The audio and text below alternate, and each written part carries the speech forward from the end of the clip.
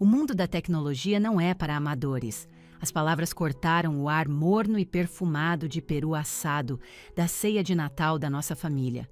Meu irmão Léo deixou a declaração pairar, sua taça de vinho erguida como um cetro. Ele estava atuando, como sempre fazia, o filho de ouro com o diploma do ITA e o cargo impressionante em uma gigante de tecnologia de São Paulo. Seu sorriso presunçoso atravessou a enorme mesa de madeira e pousou diretamente em mim. Era um olhar que eu conhecia bem, um que eu vinha suportando por mais de uma década, uma mistura cuidadosamente calibrada de pena e diversão condescendente. As risadas educadas que se seguiram de minhas tias e tios eram ensaiadas, um coro familiar. Minha mãe deu um sorriso orgulhoso e aprovador. Eu era a decepção silenciosa da família, aquela com o projetinho de computador. Senti a queimação habitual subir pelo meu pescoço, mas mantive meu rosto uma máscara perfeita de indiferença, traçando o padrão intrincado de uma folha de azevinho no meu prato.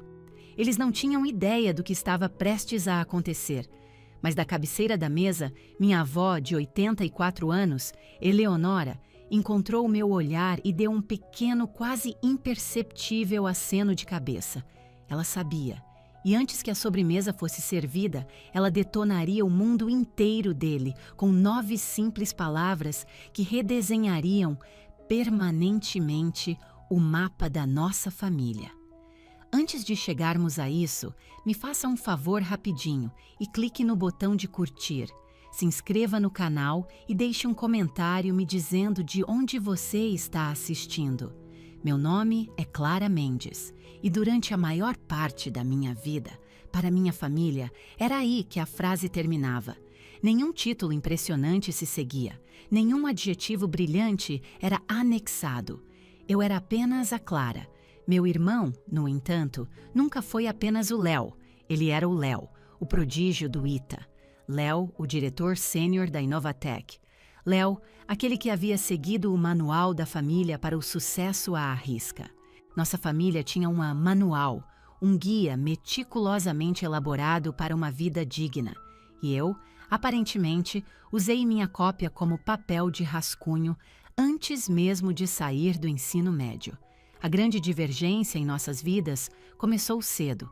Léo parecia ter nascido com uma bússola que apontava diretamente para a realização. Na escola, ele era o capitão da equipe de matemática, aquele com as notas impecáveis, o garoto cuja mão estava sempre no ar. Quando sua carta de aprovação do ITA chegou, meus pais agiram como se ele tivesse ganhado o prêmio Nobel. Ainda consigo imaginar meu pai, seu rosto irradiando um tipo de orgulho que eu nunca vi direcionado a mim, batendo nas costas de Léo e bradando para uma sala inteira: "É isso! Ele conseguiu!" Minha mãe mandou emoldurar a carta de aprovação profissionalmente e ela ainda está pendurada no corredor principal da casa deles. Não é apenas um pedaço de papel, é um monumento ao sucesso deles, um testamento à sua paternidade superior. Léo havia realizado o sonho. Sua jornada a partir daí foi um deslize sem atrito em um trem-bala. Ele se formou com louvor e já tinha um emprego esperando por ele na Inovatec, antes mesmo de arrumar suas coisas no dormitório. A empresa era uma titã no cenário tecnológico de São Paulo, um nome que impunha respeito instantâneo. Ele comprou um apartamento de luxo no Itaim Bibi, com vista para a cidade, e meus pais o ajudaram com uma bela entrada, chamando-o de um investimento sólido. Quando falavam dele, suas vozes continham uma nota de reverência. A equipe do Léo está liderando uma nova integração de inteligência artificial este trimestre. Minha mãe relatava em nossas ligações semanais como se anunciasse um avanço diplomático. A pressão sob a qual ele está é incrível, meu pai acrescentava, balançando a cabeça com uma mistura de preocupação e admiração. Cada pequena conquista dele era tratada como um marco familiar. Ele era a validação deles, a personificação viva de sua crença, de que haviam feito tudo certo. Meu próprio caminho não era um caminho, era mais como um tropeço por uma floresta escura. Eu não tinha as notas para um lugar como o IT. Na verdade, nunca tive o desejo. Minha fascinação era com a lógica limpa e silenciosa da programação. O mundo por trás da tela, onde as regras eram absolutas e a criatividade tinha uma estrutura tangível. Esse interesse particular não estava no manual da família. Então, me matriculei em uma faculdade particular noturna, fazendo cursos de programação. Meus pais pagavam a mensalidade, mas com um senso cansado de resignação, como se estivessem financiando um hobby um tanto misterioso e prolongado. Durante o dia, eu pagava o aluguel de um apartamento minúsculo em cima de uma lanchonete barulhenta, trabalhando em um enorme centro de distribuição, embalando caixas para um grande e-commerce. Minha vida tinha cheiro de papelão e produto de limpeza industrial. Eu passava meus dias sob o zumbido esmagador das luzes fluorescentes, escaneando códigos de barras e levantando caixas. O trabalho era mecânico, um esgotamento físico que deixava minha mente livre para vagar, traçando algoritmos e depurando códigos imaginários, enquanto minhas mãos faziam o trabalho repetitivo. Meus colegas de trabalho eram pessoas boas, mas seus horizontes estavam fixos no imediato. Superar as próximas 8 horas, chegar à sexta-feira. Eu me sentia como uma espiã vivendo uma vida secreta.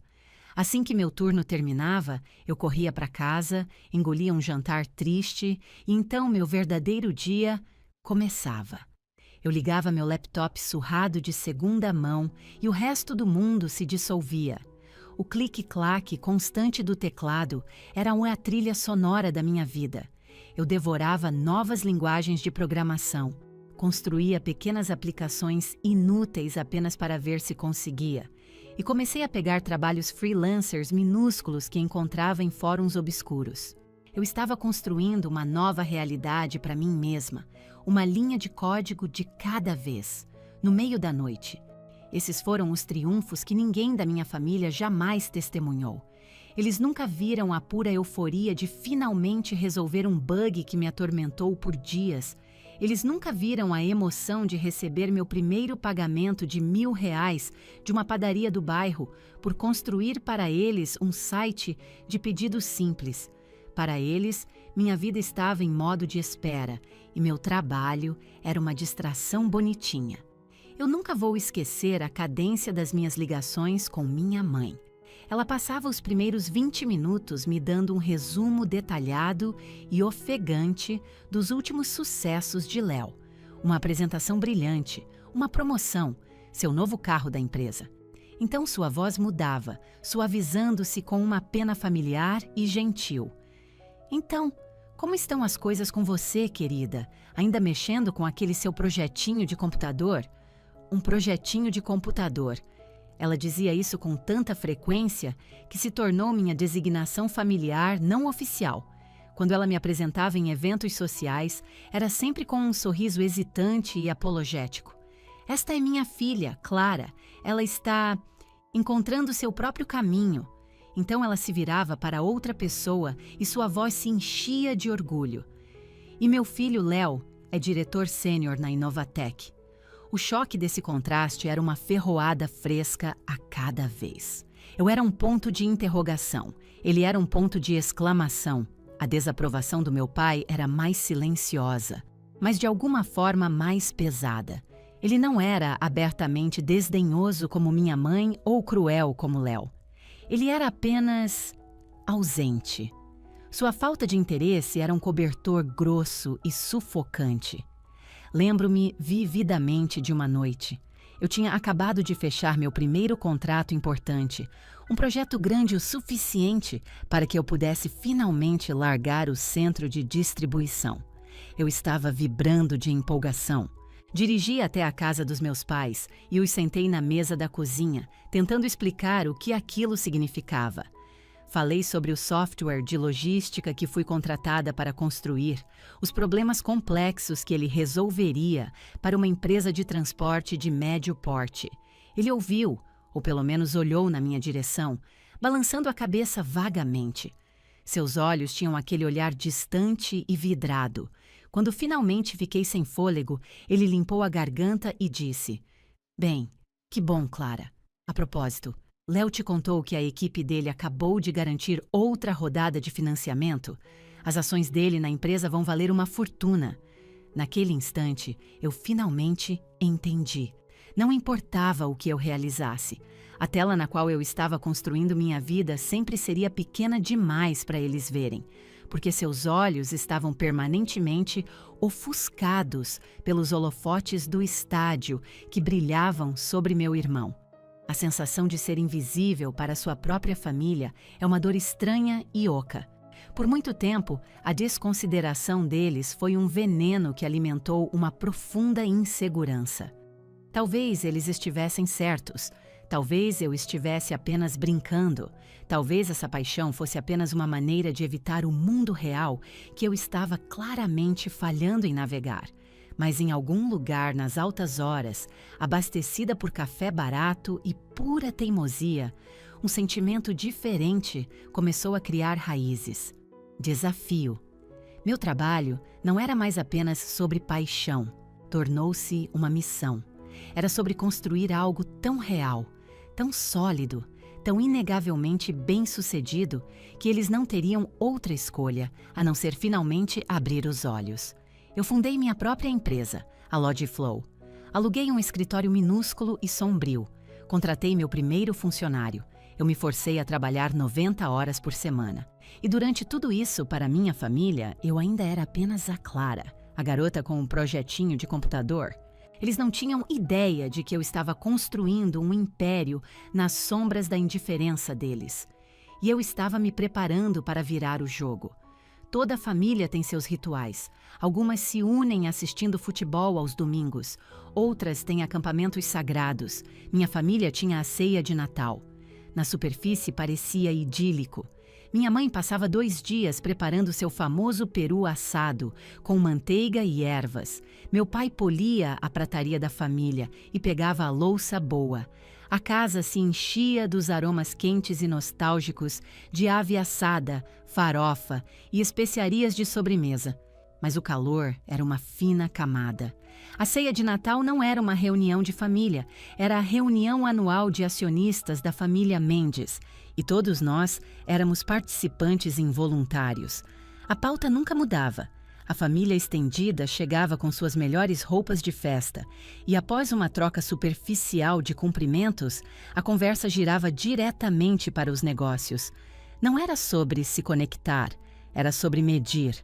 Meu pai servia seus uísques de 12 anos de sempre um pouco generosamente demais, e o ar se tornava denso com uma competição profissional e educada. Meu tio Roberto discursava sobre suas metas de vendas trimestrais. Minha tia Carolina mencionava casualmente o nome de um cliente de alto perfil que seu escritório de advocacia acabara de conquistar. Cargos, bônus, promoções e carteiras de ações eram a moeda oficial da nossa família. Afeição e apoio eram negociados em uma bolsa muito menos ativa e muito menos valiosa. Meu pai era o presidente de fato desses procedimentos. Ele ficava perto da lareira, girando o líquido âmbar em seu copo e conduzia a conversa com a habilidade prática de um moderador experiente. Ele sentia um orgulho profundo e genuíno por essa tradição. Acho que ele realmente acreditava que era assim que as famílias bem-sucedidas operavam. Elas não se preocupavam com conversas emocionais confusas e improdutivas. Elas discutiam resultados. E após a rodada de abertura de relatórios das tias e tios, ele inevitavelmente passava a palavra para o palestrante principal, o evento principal, seu filho. Léo, ele dizia, sua voz ressoando com orgulho. Nos atualize. O que está acontecendo nas linhas de frente do mundo da tecnologia? E Léo começava seu discurso anual. Ele o chamava de seu Estado da União e o proferia com a confiança suave e ensaiada de alguém que havia praticado em frente a um espelho. Ele se recostava na cadeira, fazendo contato visual deliberado com todos na mesa, exceto comigo, e tecia uma grande narrativa de seu papel indispensável na Inovatec. Ele usava um vocabulário especializado, um dialeto projetado para impressionar e excluir simultaneamente. Ele falava em sinergizar equipes multifuncionais, alavancar competências essenciais para maximizar o ROI e desromper sistemas legados com plataformas de última geração. A família ouvia com atenção absorta, balançando a cabeça sabiamente como se entendessem cada palavra. Minha mãe o observava, seu rosto uma máscara de pura e inalterada adoração. O clímax de seu discurso era sempre seu sermão sobre a natureza brutal e meritocrática de sua indústria. Não é um mundo para todos, ele dizia, balançando a cabeça com uma demonstração de gravidade solene. A pressão é imensa. Você precisa da formação certa, da educação certa. Você precisa de um histórico de peso só para conseguir colocar o pé na porta. E então, como um relógio vinha, ao dizer a palavra histórico, seus olhos finalmente se voltavam para mim. Nunca era um olhar longo, apenas um relance breve e agudo, como uma estocada rápida e dolorosa. Era uma manobra perfeitamente executada, projetada para alcançar duas coisas ao mesmo tempo: lembrar sutilmente a todos na mesa do meu certificado, da faculdade de bairro e do meu histórico de embalar caixas, e me desafiar a dizer uma palavra em minha própria defesa. Era uma demissão pública e silenciosa de toda a minha existência. Você não pertence a esta conversa, dizia o olhar. Você nunca entenderá este mundo. Você não é um de nós. Minha estratégia para sobreviver a essas avaliações de desempenho anuais era me tornar um fantasma. Eu havia dominado a arte de me fazer pequena, de me misturar ao fundo. Enquanto Léo comandava a atenção, eu me tornava a designada para limpar os pratos, para reabastecer as bebidas. Eu me ocupava na cozinha, onde o barulho de panelas e frigideiras era um escudo bem-vindo. Quando os holofotes, inevitavelmente, brevemente, se voltavam para mim e um tio perguntava por obrigação educada: "Então, Clara, o que você tem feito?" Eu dava a resposta mais vaga e não comprometedora possível. "Ah, sabe como é, me mantendo ocupada, o de sempre." Eu oferecia um sorriso pequeno e apertado e imediatamente desviava. "Mãe, este peru está incrível. Como você consegue deixar a pele tão crocante?" Por dentro, uma guerra estava sendo travada. As coisas que eu queria dizer subiam pela minha garganta, quentes e ácidas.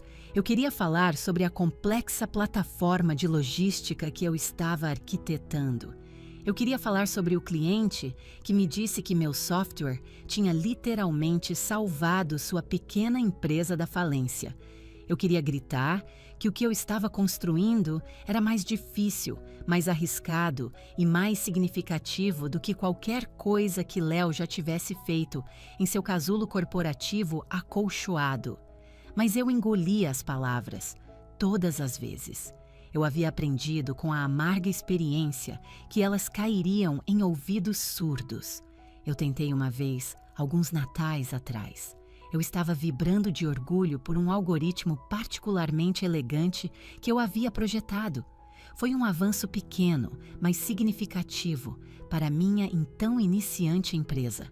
Quando meu pai perguntou o que havia de novo, respirei fundo e decidi tentar. Comecei a explicar o conceito de otimização de rotas, como meu código poderia economizar milhões em custos de combustível para empresas de caminhões. Observei os olhos dele se tornarem vidrados em segundos.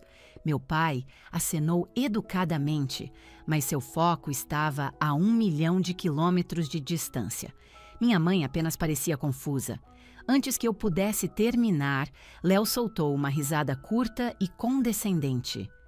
"É bonitinho que você esteja aprendendo o jargão, Clara", ele disse, dando um tapinha na minha mão, como se eu fosse uma criança de 5 anos, mostrando a ele um desenho de giz de cera. "Mas é um pouco mais complicado no mundo real. Temos equipes inteiras de PhDs da USP trabalhando nesse tipo de problema na Inovatec."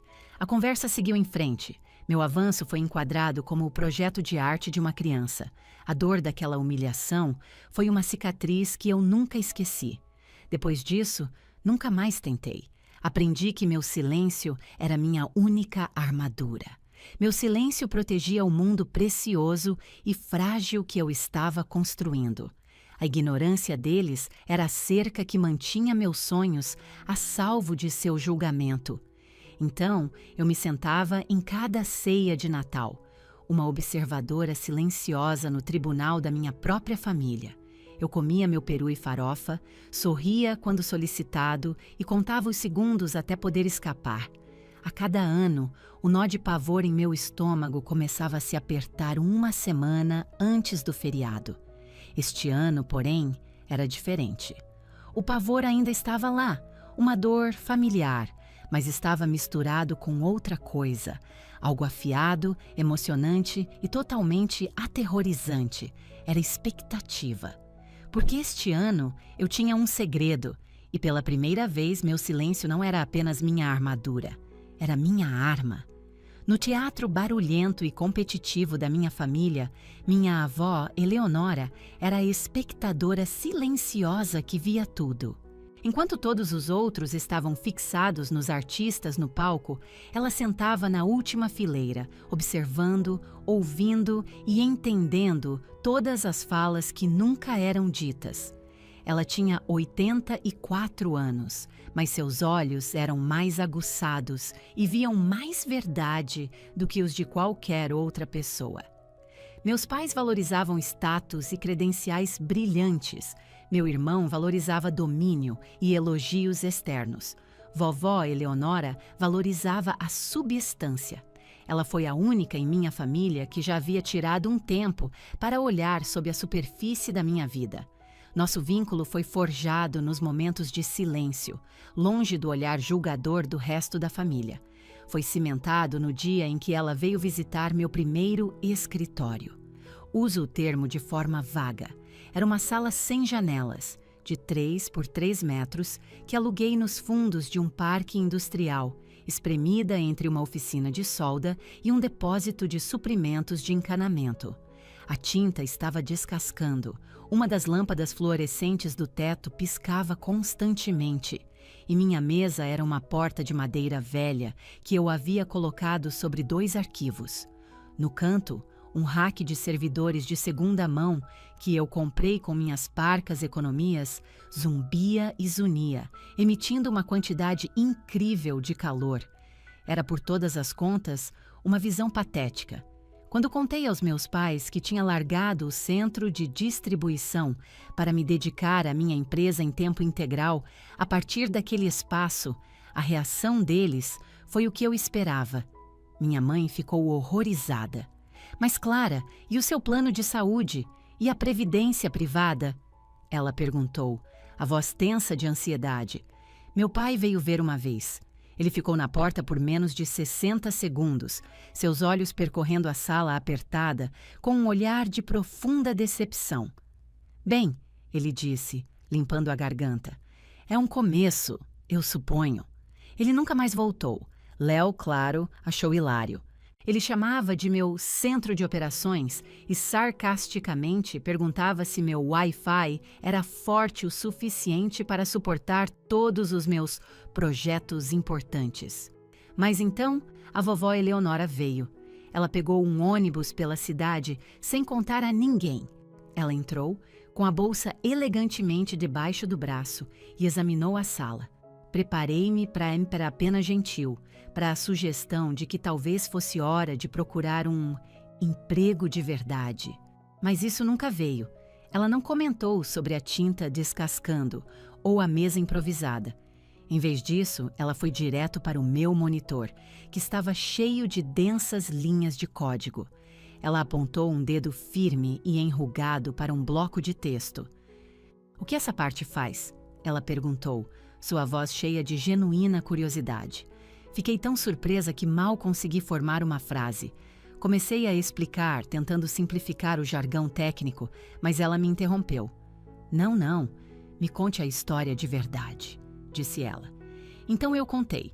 Mostrei a ela a arquitetura do sistema de logística que eu estava construindo. Expliquei como ajudaria pequenas empresas familiares a gerenciar seu estoque e expedição de forma mais eficiente. Ela ouviu, balançando a cabeça lentamente, seus olhos afiados e focados. Quando terminei, ela não disse: "Que bom, querida." Ela disse: "Então você está construindo uma ferramenta para ajudar os pequenos a enfrentar os gigantes. Isso é uma coisa nobre, Clara." Ela viu. Ela viu a visão, não as paredes surradas que a continham. Antes de sair, ela colocou uma garrafa térmica na minha mesa. Estava cheia de chá de camomila quente com uma colher de mel, do jeito que eu gostava. "Você está trabalhando demais", disse ela. "Não se esqueça de comer." Aquele gesto simples, aquele reconhecimento da minha luta e do meu sonho, pareceu mais validador do que todos os elogios que meus pais já haviam derramado sobre Léo. A partir daquele dia, sua casa pequena e silenciosa tornou-se meu refúgio. Desenvolvemos nosso próprio ritual. Nas tardes de domingo, eu ia para a cozinha dela e bebíamos chá de camomila enquanto eu praticava minhas apresentações de negócios. A pequena mesa da cozinha dela se tornou minha primeira sala de reuniões. Eu tinha pavor de falar em público, de tentar vender minha visão para potenciais clientes e investidores. Vovó Eleonora, que nunca havia trabalhado um dia em um escritório corporativo, tornou-se minha improvável mentora. Ela interpretava o papel de uma CEO cética. Eu começava minha apresentação nervosa e divagante, e ela me interrompia com perguntas afiadas e perspicazes. "Por que alguém pagaria por isso, Clara? Existem empresas maiores que fazem algo semelhante. Você continua usando todas essas palavras difíceis. Explique para mim como se eu fosse um ser humano." "Você não está vendendo software", ela me disse uma tarde com a voz firme. "Você está vendendo paz de espírito. Você está vendendo a eles uma maneira de chegar em casa para suas famílias 1 hora mais cedo. Venda isso para eles." Ela não entendia uma linha do meu código, mas entendia de pessoas. Ela entendia de valor. Ela me ajudou a encontrar a história humana enterrada dentro da lógica fria do meu negócio. Ela foi a primeira investidora real da minha empresa, não com dinheiro, mas com algo muito mais precioso: sua crença. Então, quando que o maior momento da minha vida profissional chegou, ela foi a única pessoa para quem eu pude contar. O acordo para adquirir a divisão de soluções empresariais da Inovatec tinha sido um turbilhão de reuniões clandestinas, ligações frenéticas, de madrugada com advogados e noites sem dormir. Eu estava presa por um rigoroso acordo de confidencialidade, mas o peso do segredo estava me esmagando. Eu estava prestes a comprar um pedaço da mesma empresa que meu irmão usava como seu pedestal de ouro, a empresa que representava tudo o que minha família admirava. A ironia era tão espessa que eu mal conseguia respirar. No dia em que os papéis foram finalizados, dirigi direto para minha casa dela. Sentei-me à mesa da cozinha dela, a mesma mesa onde havíamos ensaiado todas aquelas apresentações, e coloquei os documentos na frente dela. Minhas mãos tremiam. "Eu consegui, vovó", sussurrei. "A Logiflow está adquirindo a divisão de soluções empresariais da Inovatec." Ela colocou seus óculos de leitura e leu o documento, seu dedo traçando os nomes das empresas. Ela olhou para mim e não houve suspiros de choque, nem exclamações de surpresa. Havia apenas um sorriso lento e conhecedor se espalhando por seu rosto. Era um sorriso de imenso e silencioso orgulho. Ela estendeu a mão sobre a mesa e apertou a minha. Ela entendia a justiça bela e cirúrgica de tudo aquilo. Ela era minha cúmplice. Ficamos sentadas lá por 1 hora, planejando a ceia de Natal. Foi ideia dela esperar o embargo oficial da imprensa ser suspenso às 19 horas. "Deixe o Léo ter sua performance", ela disse com um brilho travesso nos olhos. "Deixe todos eles darem sua opinião. A sobremesa, minha querida, sempre tem um gosto mais doce quando você a merece." Ela estava certa. Ela sempre estava certa. Estávamos de volta à mesa da ceia de Natal. Os restos do prato principal, a carcaça esquelética do peru, alguns fios de farofa, uma mancha de geleia de amora no prato do meu pai estavam sendo retirados pela minha mãe. O ar na sala de jantar estava pesado e quente, espesso com o cheiro de comida cozida, o aroma persistente de uísque e o peso sufocante do ego do meu irmão. Ele estava em seu elemento, recostado na cadeira com uma taça de um caro Cabernet, comandando a atenção como o rei indiscutível da família Mendes. Seu sermão, que havia começado durante o Peru, estava agora chegando ao seu grande finale. Ele estava pontificando sobre o estado da indústria de tecnologia, e cada palavra era um monumento à sua própria genialidade e uma alfinetada sutil à minha percebida falta dela. O problema hoje, ele anunciou, girando o vinho tinto escuro em sua taça, é que as barreiras de entrada foram reduzidas demais. Você tem todas essas pessoas que pensam que podem assistir a alguns tutoriais online, aprender um pouco de Python e se autodenominarem engenheiros. É um insulto a toda a profissão. Ele examinou a mesa, garantindo que tinha a atenção total de todos. Meus tios concordavam com a cabeça, seus rostos sérios e sombrios. Meu pai olhava com orgulho, como se Léo fosse um professor titular dando uma palestra. Simplesmente não funciona assim. Léo continuou, sua voz pingando com descendência. Para construir algo real, algo escalável, você precisa de uma base. Você precisa do tipo de estrutura teórica que só se obtém em uma instituição de primeira linha. Você precisa estar imerso com os melhores e mais brilhantes. Em um lugar como a Inovatec, a pessoa na baia ao seu lado é um gênio que se formou como o melhor da turma na USP. A pessoa no fim do corredor tem 3 patentes em seu nome. Nós nos pressionamos. É um ecossistema de excelência. Cada palavra era uma pedra polida apontada diretamente para mim. Instituição de primeira linha, ecossistema de excelência. Ele estava construindo uma fortaleza de superioridade ao seu redor e apontando que eu estava do lado de fora, espiando pelas grades. Mantive meus olhos fixos no meu prato vazio, minhas mãos cerradas em punhos apertados no meu colo para impedi-las de tremer. Meu coração era um tambor frenético contra minhas costelas, um ritmo selvagem e em pânico que parecia alto o suficiente para toda a mesa ouvir. Tentei respirar lenta e firmemente, mas o ar parecia denso demais para entrar em meus pulmões. A insegurança que fora minha sombra por tantos anos sussurrava seu veneno familiar em meu ouvido. E se você estiver errada? E se ele estiver certo? E se tudo isso explodir na sua cara e você parecer uma tola ainda maior? Senti um desejo desesperado de fugir, de abandonar a sala antes que o momento da verdade chegasse. Mas então eu levantei o olhar e encontrei os olhos da minha avó.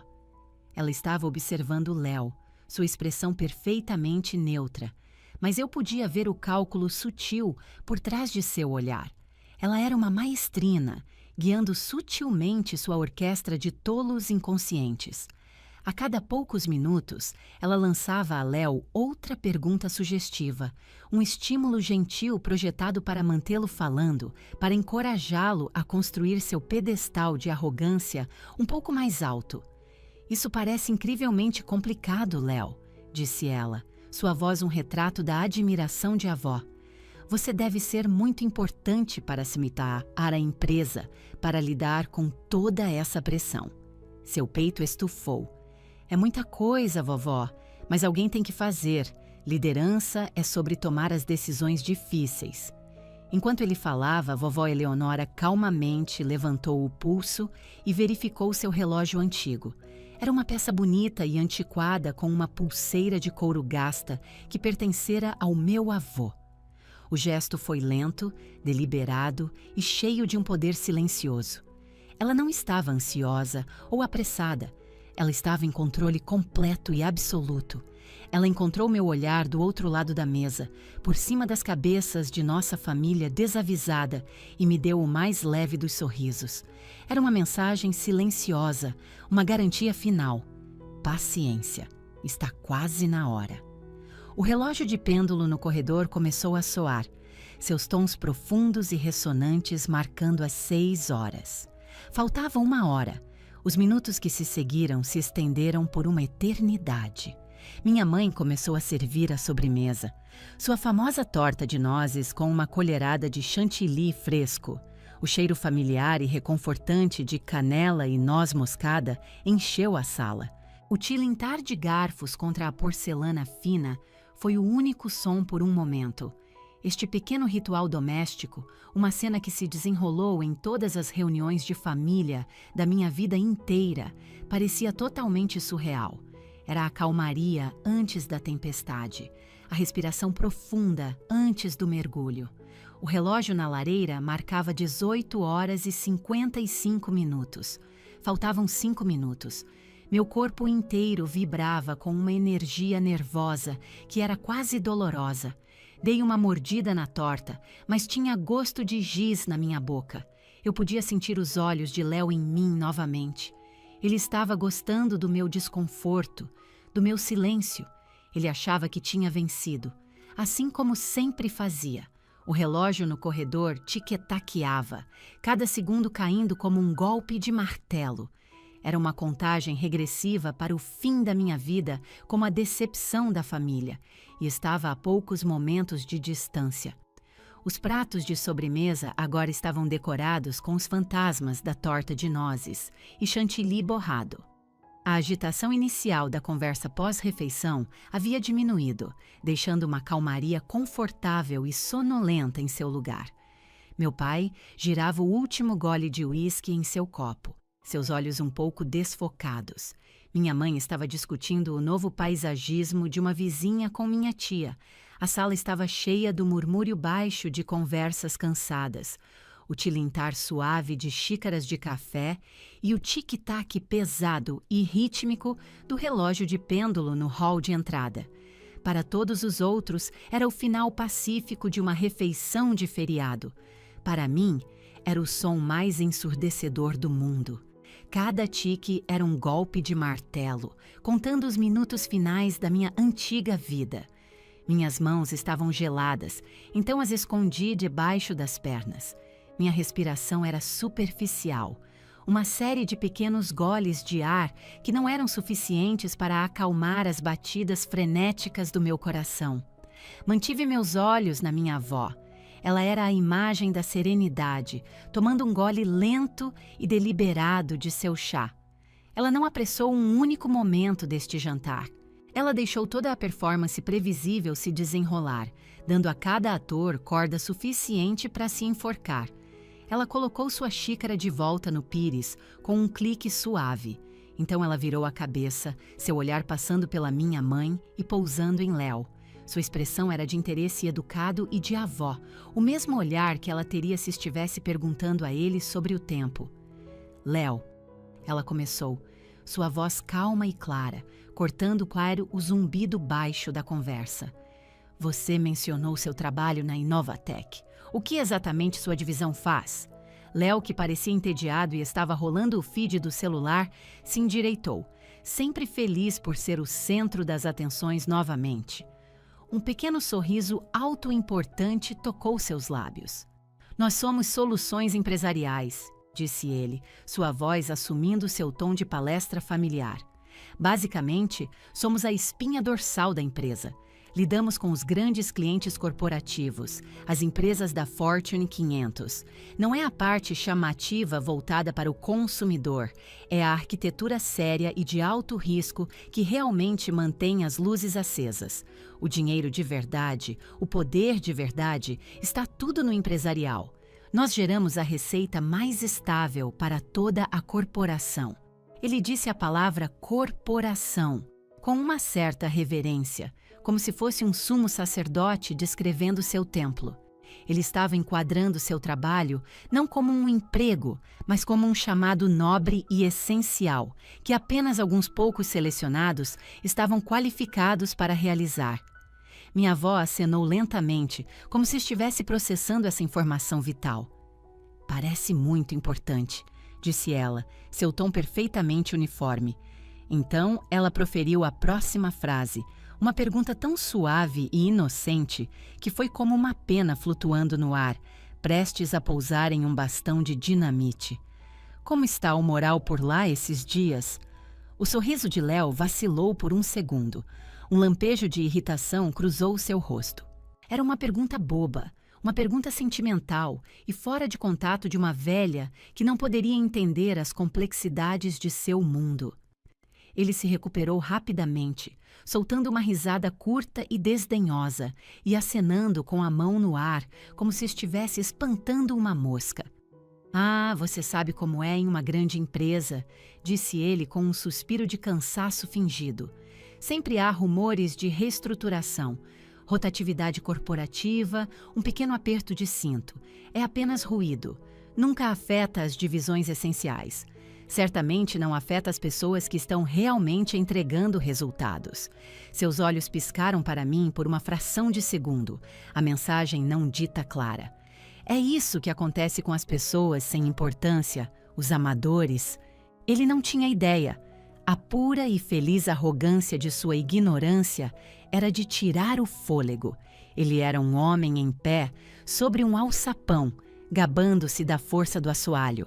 O relógio no corredor começou a fazer um novo som, um zumbido mecânico de engrenagens se preparando para bater a hora.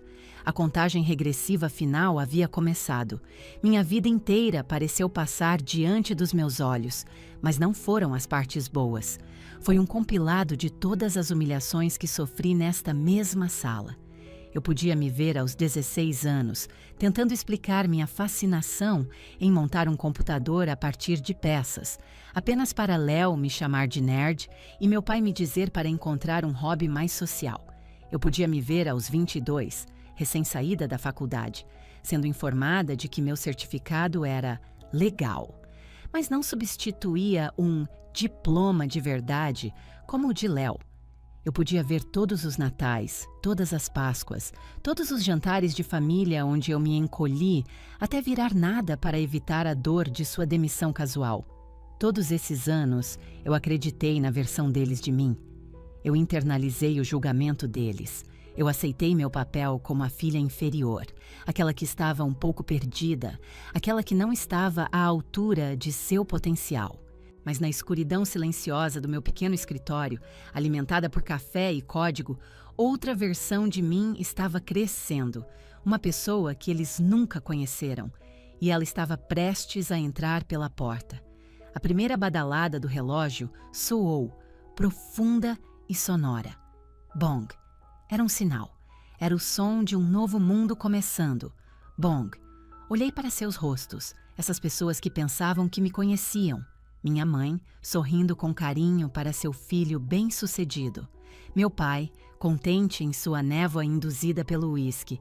Meu irmão, seguro em seu castelo de arrogância. Eles eram todos personagens de uma peça e não tinham ideia de que a cortina estava prestes a cair. Bong. O som vibrou pelo assoalho, pelas pernas da minha cadeira e subiu até meus ossos. Era isso.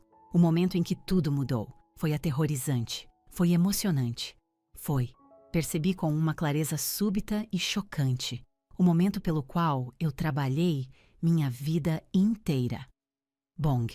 O relógio soou mais 3 vezes, cada nota um passo mais perto do futuro. Então, silêncio. Eram 7 horas.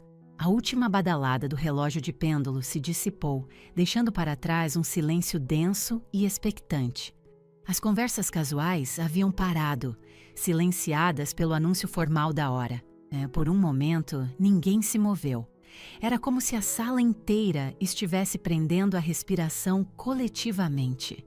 Minha avó, a arquiteta deste momento, pousou sua xícara de chá com uma graça silenciosa e deliberada. O som delicado da porcelana encontrando o pires foi o único ruído na sala. Ela não levantou a voz. Ela não criou um espetáculo.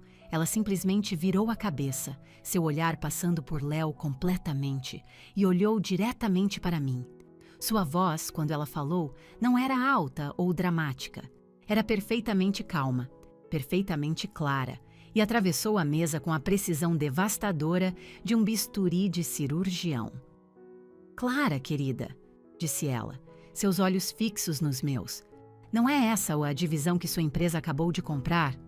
As palavras pairaram no ar por um segundo inteiro, sem sentido e bizarras para todos que as ouviram.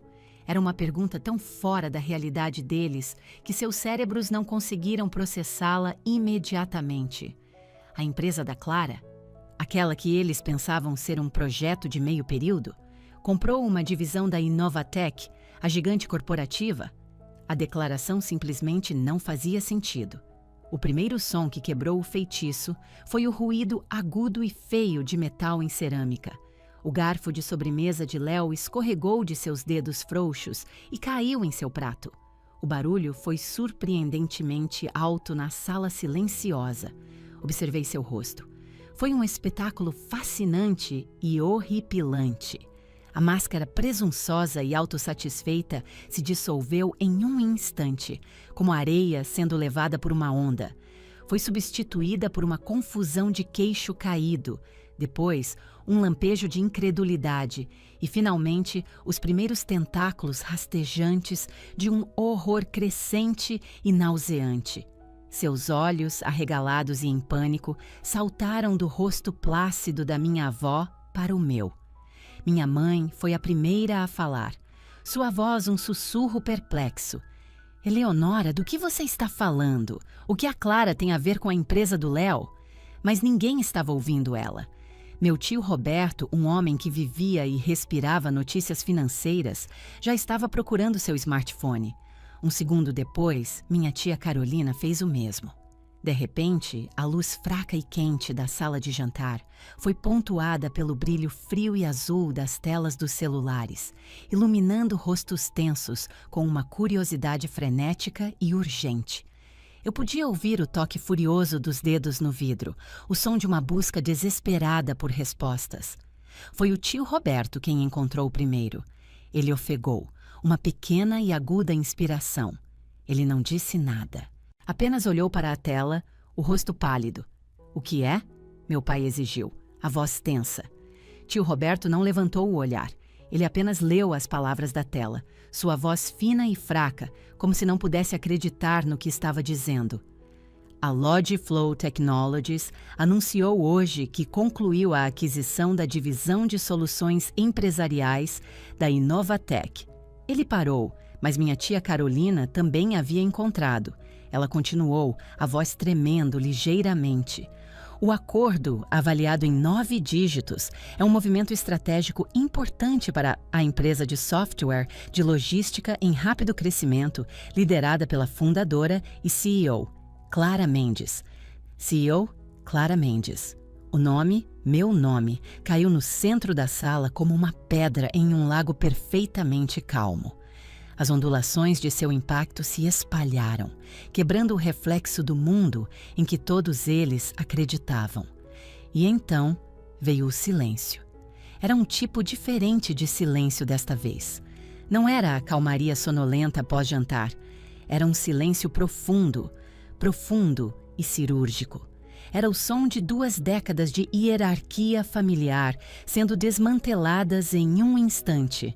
Era o som da percepção do meu pai sobre seus filhos sendo violentamente invertida. Era o som da minha mãe percebendo que a filha, de quem ela tinha pena, era mais bem-sucedida do que aquela que ela havia adorado. Era o som de toda a identidade de Léo. Uma catedral construída sobre arrogância e louvor, desmoronando em escombros. Eu os observei enquanto seus cérebros lutavam para reconciliar a Clara, que eles mantinham em uma caixa pequena e arrumada com a CEO, cujo nome agora brilhava nas telas de seus celulares. Eu vi o choque, a incredulidade, a confusão. No rosto do meu pai, vi o começo de uma vergonha profunda e profunda. No da minha mãe, vi uma mistura desconcertante de horror e um lampejo de algo que eu nunca tinha visto antes: admiração. E Léo? Ele não estava mais olhando para ninguém. Seus olhos estavam grudados em seu próprio celular, seu rosto da cor de cinzas.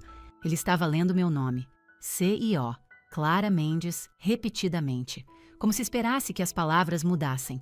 Naquele momento, não senti triunfo, nem desejo de dizer: eu avisei.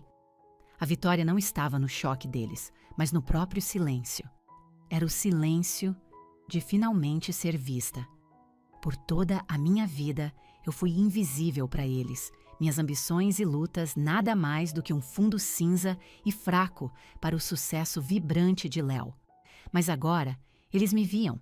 A luz de seus celulares iluminava meu rosto, mas parecia um holofote que eu mesma havia construído, alimentado pelo meu próprio trabalho, minha própria crença, minha própria recusa em desistir. O silêncio não estava vazio, estava cheio. Estava cheio da verdade. O silêncio cirúrgico se estendeu, denso e sufocante. Ninguém parecia saber como respirar, muito menos falar. A única realidade na sala era-se a luz fria e azul das telas dos celulares, cada uma um espelho refletindo uma verdade impossível de negar. Foi minha mãe quem finalmente quebrou o encanto. Sua voz um sussurro frágil que mal perturbou o ar. Clara, Você comprou a empresa do Léo? A pergunta era um testamento de quão pouco ela entendia. Em sua mente, as empresas eram coisas monolíticas e seu filho estava no centro da dele. Ela estava tentando encaixar essa nova informação em sua antiga visão de mundo e não cabia. Tomei um gole lento de água, meus movimentos calmos e medidos. Olhei para ela, não com raiva ou triunfo, mas com a clareza simples de uma professora explicando um conceito difícil. Não a empresa inteira, mãe, eu disse, minha voz firme e uniforme. Apenas a divisão de baixo desempenho dele. As palavras foram precisas, clínicas e devastadoras. Eu não era apenas uma pessoa rica em uma maratona de compras. Eu era uma CEO fazendo uma aquisição estratégica. De baixo desempenho.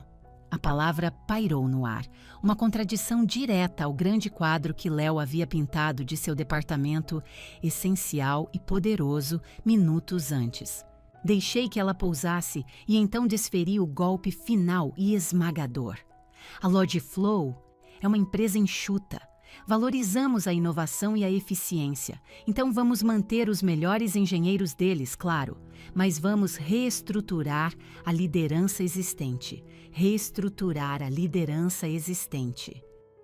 Era jargão corporativo, limpo e impessoal, mas todos naquela mesa entenderam seu significado brutal.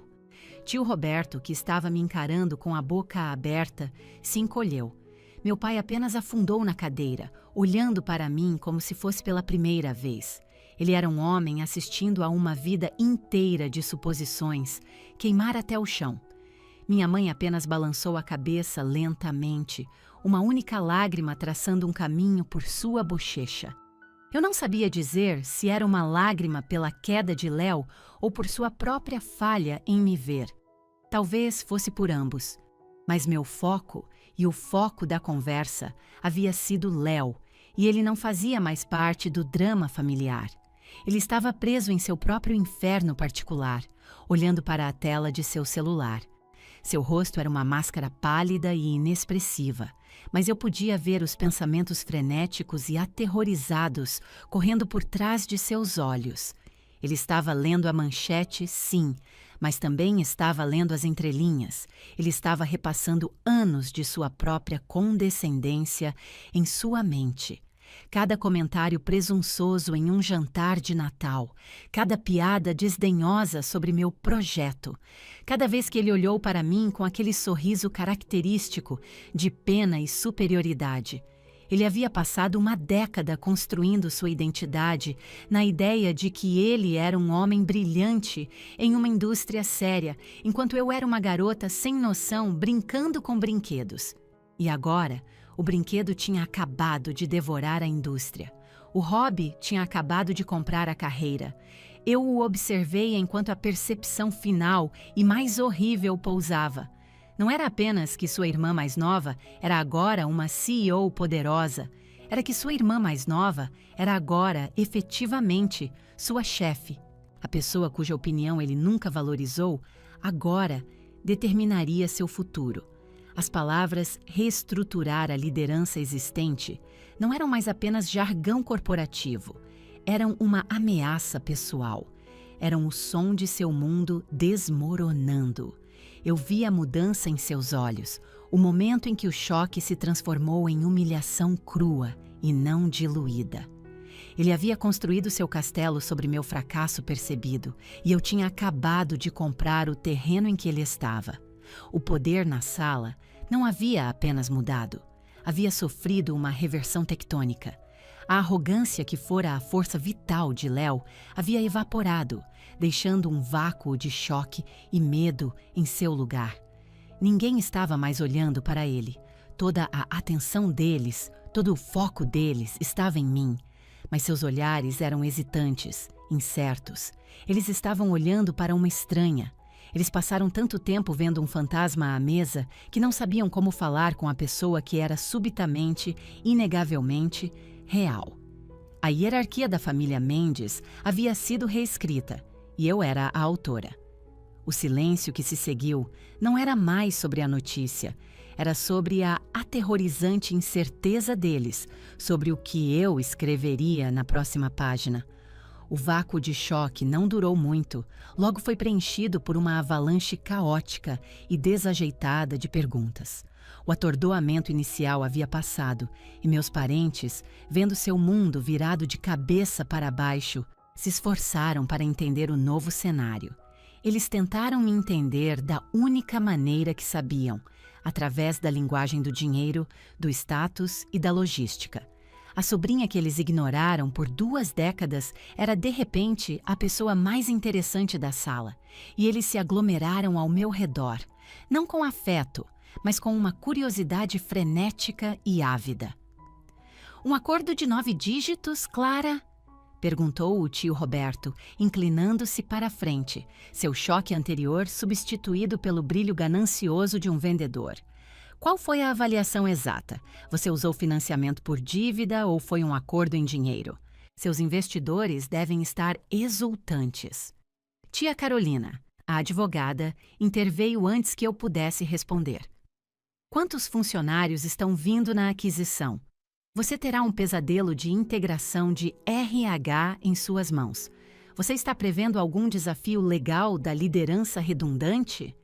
Eles me bombardearam com perguntas sobre espaço de escritório em São Paulo, sobre projeções de receita, sobre as opções de ações da minha empresa.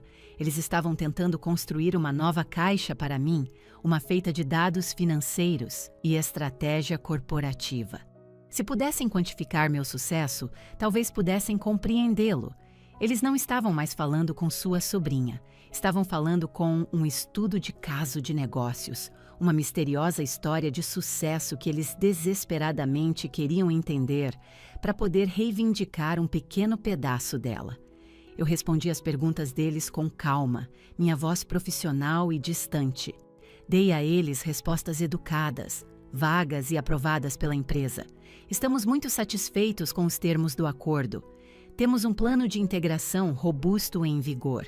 Nosso foco principal é reter os melhores talentos de engenharia. Eu era uma CEO em uma sala de reuniões, não uma filha em um jantar de família. A aprovação deles, que eu um dia desejei com uma dor desesperada e infantil, não era mais algo que eu precisava. Sua chegada pareceu anticlimática, como uma carta que se perdeu no correio por 10 anos. Enquanto esse interrogatório caótico acontecia, minha avó sentou-se serenamente em meio à tempestade. Ela não participou do questionamento frenético. Seu trabalho estava feito. Ela simplesmente saboreava seu chá de camomila, que já devia estar frio, com um sorriso pequeno e profundamente satisfeito no rosto. Ela era a maestrina silenciosa, observando sua sinfonia atingir seu crescendo poderoso e caótico. Nossos olhos se encontraram do outro lado da mesa, e naquele olhar compartilhado havia um entendimento completo e perfeito. Esta era a nossa vitória, um segredo que havíamos compartilhado, um plano que havíamos executado com perfeição. O final do jantar foi dolorosamente estranho. As despedidas barulhentas e os tapinhas nas costas habituais haviam desaparecido. Em vez disso, havia murmúrios hesitantes e respeitosos dirigidos a mim. Foi maravilhoso te ver, Clara. Precisamos conversar em breve. Léo foi o primeiro a sair. Ele não disse uma palavra a ninguém.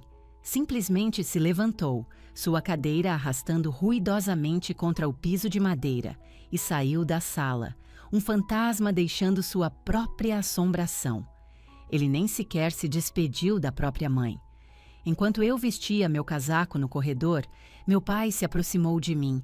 Ele ficou a alguns metros de distância, mudando o peso de um pé para o outro. Ele parecia perdido, um estranho em sua própria casa. Ele parecia mais velho do que 3 horas antes, seus ombros curvados, com um peso que não estava lá antes do jantar. Ele não queria, ou não conseguia, encontrar meus olhos. Clara, ele começou, sua voz grossa e rouca com uma emoção que eu nunca tinha ouvido dele antes. Era arrependimento. Eu nunca entendi. O que você estava construindo? Todo esse tempo, com seu computador, aquele escritóriozinho. Eu pensei... Ele parou, incapaz de terminar a frase, incapaz de falar a verdade completa de sua desconsideração. Ele finalmente olhou para mim e seus olhos brilhavam. Eu deveria ter prestado mais atenção, ele sussurrou. Eu deveria ter me esforçado mais para entender. Era isso. O pedido de desculpas que eu ensaiei na minha cabeça 1000 vezes. A validação pela qual eu ansiava. Mas ouvir as palavras agora, elas me trouxeram a onda de satisfação triunfante que eu sempre imaginei. Em vez disso, trouxeram uma tristeza profunda e dolorosa. Uma tristeza por todos os anos desperdiçados. Uma tristeza por este homem, meu pai, que fora tão cego por sua definição estreita e rígida de sucesso que havia perdido completamente a história real de sua própria filha.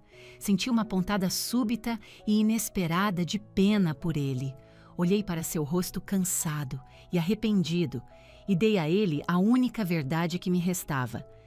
Está tudo bem, pai, eu disse, e minha voz foi surpreendentemente gentil. Nem todo mundo entende. Fiz uma pausa e então acrescentei a paz final e necessária. Até que eles precisem. Não era exatamente perdão, mas era uma forma de encerramento. Era um reconhecimento de sua falha, mas também uma libertação. Eu estava afirmando um fato simples. O entendimento dele finalmente chegou, mas chegou muito depois que eu aprendi a viver sem ele. Eu não precisava mais que ele me visse. Eu finalmente podia me ver. A luz do sol da manhã de segunda-feira entrava pelas janelas do chão ao teto do meu escritório de esquina, brilhando nos arranha-céus de vidro da paisagem urbana de São Paulo. A vista era um lembrete constante e tangível de quão longe eu tinha chegado.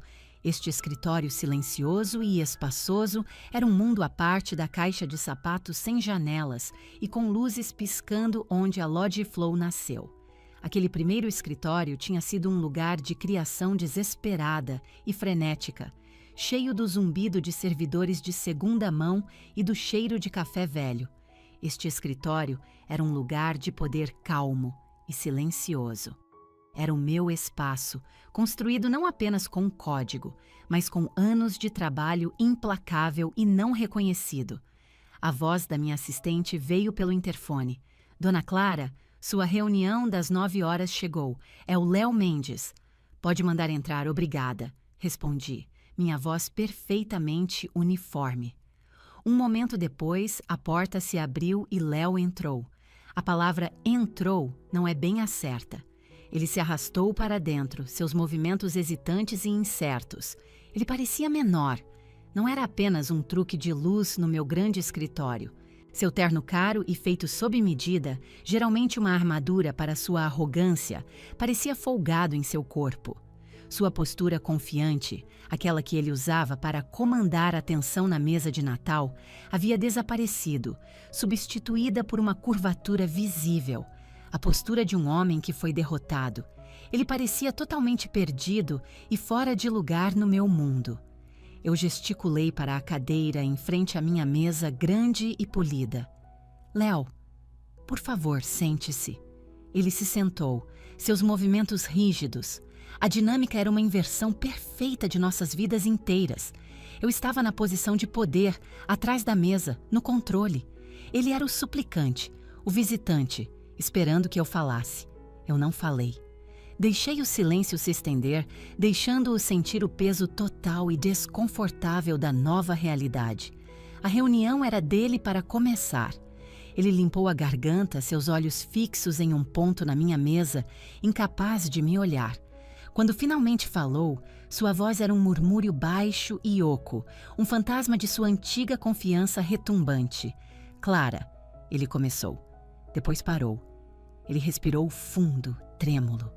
Todo esse tempo, todos esses anos, eu olhava para o que você estava fazendo e eu pensava que você estava apenas brincando. Ele finalmente levantou a cabeça e seus olhos estavam cheios de uma confusão crua e dolorosa. Eu pensei que você estava apenas brincando de tecnologia. Lá estava, o cerne de tudo, o mal-entendido fundamental que havia definido nosso relacionamento. Ele havia julgado o trabalho da minha vida como um jogo de criança. Ouvindo-o dizer isso em voz alta, não senti raiva, não senti satisfação, senti uma pena estranha e silenciosa. Inclinei-me ligeiramente para a frente, minhas mãos cruzadas sobre a mesa. Minha resposta não foi sobre ele, ou sobre nós, ou sobre o passado. Foi a filosofia simples e duramente conquistada que aprendi durante meus longos anos no deserto da indiferença da minha família. O sucesso de verdade, eu disse, minha voz baixa, mas firme, não precisa de plateia. As palavras pousaram no escritório silencioso com finalidade absoluta. Era a coisa mais verdadeira que eu conhecia. Eu não construí minha empresa para ele, ou para meus pais, ou para qualquer um deles. Eu não fiz isso para provar que eles estavam errados. Eu fiz isso porque eu tinha que fazer. Porque o impulso de criar, de construir, de resolver o quebra-cabeça era a parte mais real e vital de mim. O aplauso deles teria sido bom, mas meu trabalho nunca dependeu disso. Meu sucesso era válido, quer eles testemunhassem sua criação ou não. Léo apenas me encarou por um longo momento, o significado de minhas palavras lentamente surgindo para ele. Ele finalmente deu um pequeno, quase imperceptível aceno de cabeça. Ele estava humilhado, a arrogância havia desaparecido, queimada pela dura luz da realidade. Não havia mais argumento nele. Ele era apenas um funcionário, sentado na frente de sua nova chefe. Mudei meu tom, então, tornando-me a CEO. Sua divisão tem muito potencial, mas foi mal administrada. Faremos algumas mudanças significativas. Seu papel, por enquanto, será facilitar a transição de suas equipes. Você se reportará ao novo chefe de integração. Fui profissional, impessoal e justa. O poder supremo não estava em demiti-lo, mas em tratá-lo como qualquer outro ativo em uma aquisição corporativa. O futuro dele era agora uma decisão de negócios, não pessoal. Ele acenou novamente, aceitando seu papel diminuído sem uma palavra de protesto. Alguns minutos depois, a reunião acabou. Ele se levantou, me deu um último olhar indecifrável e saiu do meu escritório. Quando a porta se fechou atrás dele, girei minha cadeira para encarar a janela, olhando para a cidade que se estendia. Eu pensei que este momento pareceria vingança. Eu havia imaginado uma vitória ardente e triunfante, mas não foi nada disso. Foi silencioso, foi calmo.